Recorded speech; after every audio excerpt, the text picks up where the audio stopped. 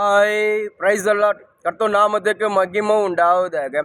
இன்றைய வேத வசனம் ரோமர் 4ஆம் அதிகாரம் 3ஆம் வசனம் இப்படியாக சொல்லப்படுது. தேவ வாக்கியம் என்ன சொல்லுகிறது? ஆபிரகாம் தேவனை விசுவாசித்தான், அது அவனுக்கு நீதியாக எண்ணப்பட்டது என்று எழுதியிருக்கிறது. அதாவது பவுல் வந்து இங்கே ஆபிரகாம் விசுவாசத்தை குறித்து அவர் கோட் பண்ணுறாரு. அதாவது பவுல் வந்து அங்கே ரோமபுரி ஜனங்களுக்கு சொல்கிறார். ரோமபுரி ஜனங்க வந்து அதாவது அவங்க வந்து பார்த்தீங்கன்னா தேவனை அறிஞ்சு அவங்க சோத்தறியாமல் தேவனை விட்டு வழி விலக்கி போயிட்டாங்க. அவங்க எப்படியும் இந்த கர்த்தருடைய இந்த வசனத்தை இந்த வார்த்தையை கேட்டு திரும்பி அந்த ஜனங்கள் ரட்சிப்பில் வந்தாங்க. அந்த ஜனங்கள் தான் பவுல் சொல்கிறார், நீங்கள் கர்த்தருடைய வார்த்தையை நீங்கள் விசுவாசத்தை நீங்கள் ஏற்றுக்கொண்டீங்க, இந்த வார்த்தையை நீங்கள் உறுதியாக நம்பி இதனை வந்து நீங்கள் இது கனி கொடுங்கன்னு சொல்லி நீங்கள் விசுவாசிக்கும் போது நிச்சயமாக இந்த வார்த்தை உங்கள் வாழ்க்கையில் எல்லாவற்றையும் உங்களுக்கு நன்மையாக கொடுங்கன்னு சொல்லி அழகாக பவுல் அங்கே ரோமபுரி ஜனங்களுக்கு சொல்கிறாரு. ஏன்னா பவுலோட வாழ்க்கையில் பார்த்தீங்கன்னா இந்த வார்த்தை தான் பவுலோட வாழ்க்கையை மாற்றிச்சு. பவுல் ஒரு சரித்திரமாக மாற்ற காரணமே கர்த்தருடைய வேதத்தின் வசனம் தான். ஏன்னா அந்த வேதத்தில் வசனம், இந்த வசனம் பார்த்தீங்கன்னா ஜீவனுள்ள வசனம். இதில் இருக்கிற ஒவ்வொரு வார்த்தையும் நம்மளை உயிர்ப்பிக்கும். இதில் இருக்கிற ஒவ்வொரு வார்த்தையை எப்படியாப்பட்ட மனுஷனே மாற்றும். இந்த வார்த்தை தான் பவுலை மாற்றிச்சு. இந்த வார்த்தை தான் அங்கே ரோமபுரியில் ஜனங்க வந்து பார்த்தீங்கன்னா தேவனை அறிஞ்சு கர்த்தருக்கு விரோதமாக பயங்கரமாக வந்து அவங்க பாவம் செஞ்சாங்க. அப்படியாப்பட்ட ஜனமும் இந்த வார்த்தையை மாற்றி அவங்க ரட்சிப்பில் வந்தாங்க. அப்போ இந்த வார்த்தையை வந்து ஆபிரகாம் விசுவாசித்தார், அவர் எல்லாவற்றையும் பெற்றுக்கொண்டார். இன்றைக்கி நம்மளோட வாழ்க்கை ஆண்டுடைய பிள்ளையாக இருக்கும் ஒன்று கர்த்தருடைய வார்த்தையை நம்ம உறுதியாக பற்றிக்கொண்டு கர்த்தருடைய வார்த்தையை நம்ம விசுவாசித்து கர்த்தருடைய வார்த்தையை நம்ம கீழ்ப்படிமான வாழ்க்கையில் எல்லாவற்றையும் நம்ம பெற்றுக்கொள்ளும். நம்ம வாழ்க்கையில் என்ன வேணுமோ சரி இயேசுவா கொடுப்பார். வேதம் சொல்லுகிறது, தம்முடைய ஒரே பேரான சொந்த குமாரன்று பாரம் எல்லோருக்கும் அவர் ஒப்பு கொடுத்தவர். மற்ற எல்லாவற்றையும் நமக்கு அருளாது இருப்பது எப்படி? நமக்காக அவர் ஜீவனே கொடுத்தார். நம்ம நல்லா வாழணும்னு சொல்லிட்டு இயேசுவா அவர் சிலுவையில் தன்னுடைய ஜீவனை கொடுத்தார். அது மட்டும் நம்ம பாவிகளாக இருந்த நம்முடைய பாவங்கள் ஏற்றுக்கொண்ட அவர் நீதியை நம்ம மேலே செலுத்த நீதிமான ஆக்கி நம்மளுக்கு எல்லாவற்றையும் கொடுத்தார். வேதம் சொல்லுகிறது, அதாவது ஆதிகாலத்தில் பார்த்தீங்கன்னா மனுஷனை தமது சாயின்படி நம்ம ரூபத்தின் வழியை அவர் ஆசையை உருவாக்கி, அது மட்டும் இந்த உலகத்தில் எல்லாவற்றையும் படித்து அது மனுஷனை ஆள கடவுள்னு சொல்லி எல்லாவற்றையும் ஏசப்பா மனுஷனை மட்டும் ஏசப்பா தம்முடைய அவர் ரொம்ப அவர் விரும்பி அதை உருவாக்கி அவனுக்கு எல்லாமே வேணும்னு சொல்லி எல்லாவற்றையும் படித்து மனுஷனுக்கு ஏசப்பா கொடுத்தாரு.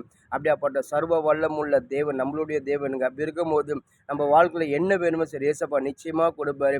அதாவது உங்கள் குறைவுகளை நிறைவாக்குற இயேசு கிறிஸ்து நம்மளோட கூட இருக்கிறார். ஒன்று கர்த்தருடைய வசனம் நம்ம வந்து உறுதியாக பற்றிக்கொள்ளும். கர்த்தருடைய வார்த்தை நம்ம விசுவாசித்து அந்த வார்த்தை மூலம் நம்ம கீழ்ப்படிமணும் எல்லாவற்றையும் பெற்றுக்கொள்ளும். வேதத்தில் பார்த்தீங்கன்னா அநேக பேர் கர்த்தருடைய வார்த்தையை கீழ்ப்படிஞ்சாங்க, எல்லாவற்றையும் பெற்றுக்கொண்டாங்க. இன்றைக்கி உங்களோட வாழ்க்கையில் நீங்கள் ஆண்டுடைய பிள்ளையாக இருக்கும் ஒன்று கர்த்தருடைய வார்த்தையை நீங்கள் வந்து பயங்கரமாக வந்து அதை விசுவாசிங்க, அதன்படி நீங்கள் நடங்க, நிச்சயமாக நீங்கள் பெற்றுக்கொள்வீங்க. நீங்கள் அதாவது கர்த்தருடைய எத்தனையோ வாக்குத்தத்தம் நம்மளுக்கு கொடுத்துருக்கிற வசனம் முழுவதும் சரி, வேதம் முழுவதும் சரி, நம்மளுக்கு எல்லாவற்றுக்கும் சரி தேவன் நம்மளுக்கு வாக்குத்தத்தை கொடுத்துருக்கிறாரு. நீங்கள் உங்கள் வாழ்க்கையில் என்ன மூலம் வியாதியிலேருந்து இருக்குல்ல, வியாதிக்கேற்ற வாக்குத்தத்தை இருக்குது, அதை சொல்லி நீங்கள் அறிக்கையிடுங்க. நிச்சயமாக உங்கள் வியாதி சுகமாகும். நீங்கள் பிசாசு கட்டில் இருக்கிறீங்களா, அதுக்கேற்றமே கர்த்தர் பிசாசு அடிக்கும்படி கர்த்தருடைய வசனம் இருக்குது, அந்த வசனம் வச்சு நீங்கள் அறிக்கையிடுங்க. நிச்சயமாக பிசாசு உங்களை விட்டு ஓடி போயிடும். உங்கள் வாழ்க்கையில் நீங்கள் கஷ்டங்கள் இருக்கிறீங்க, அந்த வார்த்தையை வச்சு நீங்கள் ஆண்டவரே நீங்கள் சொன்னீங்களா ஆண்டவர், சாரி பார்த்து வீட்டில் அப்பமாவும் என்னையும் வற்றாத போல வாழ வச்சிங்களா ஆண்டவரே, என்னையும் வற்றாத நீர்த்தை போல வாழ வைங்க ஆண்டவர். வேதம் சொல்லுகிற ஆண்டவே கர்த்தர் உங்களை நித்தமும் நடத்தி மகா வறட்சியான காலங்களில் எங்களை ஆத்மா நிலமூலமாக்கி எங்களை செழிப்பாய் நீங்கள் வற்றாத நீற்று போல எங்கள் வாழ வைப்பேன் என்று சொன்னீங்களா ஆண்டவரே. காட்டில் சிங்கக்குட்டிகள் தாழ்ச்சி அடைந்து பட்டினியாக கிடந்த கத்திரத்திர பிள்ளைகளுக்கு ஒரு நன்மை குறைப்பட நீங்கள் சொன்னீங்களா ஆண்டவரே. ஆண்டவரே எனக்கு கஷ்டமாக இருக்குது ஆண்டவரே, செழிப்பாக மாற்றுங்க ஆண்டவரே. நீங்கள் சொல்லி கர்த்தருடைய வசனத்தை நீங்கள் அறிக்கையிடும். அந்த வசனம் உங்கள் வாழ்க்கையில் எல்லாவற்றையும் கிரியை செய்யுங்க. உங்கள் வாழ்க்கையில் உங்களுக்கு என்ன வேணுமோ சரி கர்த்தருடைய வார்த்தையை நீங்கள் அறிக்கையிடுங்க, நிச்சயமாக அது கிடைக்குங்க. அநேக பேர் கர்த்தருடைய வசனத்தை அறிக்கையிட்டு பெற்றுக்கொண்டாங்க, நீங்களும் பெற்றுக்கொள்வீங்க. ஒன்று இந்த வேதத்தை நேசிங்க. இதை வந்து இந்த வார்த்தையை கொடுத்த தேவன் ஜீவன் உள்ள தேவனுங்க, வானத்தையே பூமியை படைத்த தேவன். அப்படியேப்பட்ட சர்வ வல்லமுடைய தேவனுடைய வார்த்தைங்க.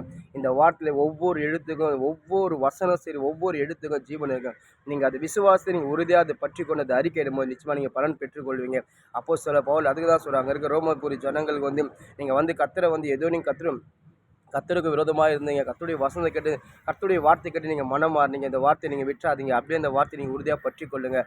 இந்த வார்த்தை உங்களுக்கு சகலமாக கொடுக்கும். என் வாழ்க்கையில் சகலமாக கொடுத்து உங்கள் வாழ்க்கையில் சகலமாக கொடுக்கும். அது மட்டும் ஆபிரகாம் வாழ்க்கையில் இது சகலமாக கொடுத்தது, நீங்களே பெற்றுக்கொள்ளுங்க சொல்லி பவுல் சொல்கிறார். இன்றைக்கி நம்மளோட வாழ்க்கையில் சரி ஒன்று கர்த்தருடைய வசனம் உறுதியாக பற்றி கொண்டு நம்ம விசுவாசி இது பலன் கொடுக்கும். நிச்சயமாக நம்பும் போது நிச்சயமாக இது உங்களுக்கு பலன் கொடுக்குங்க.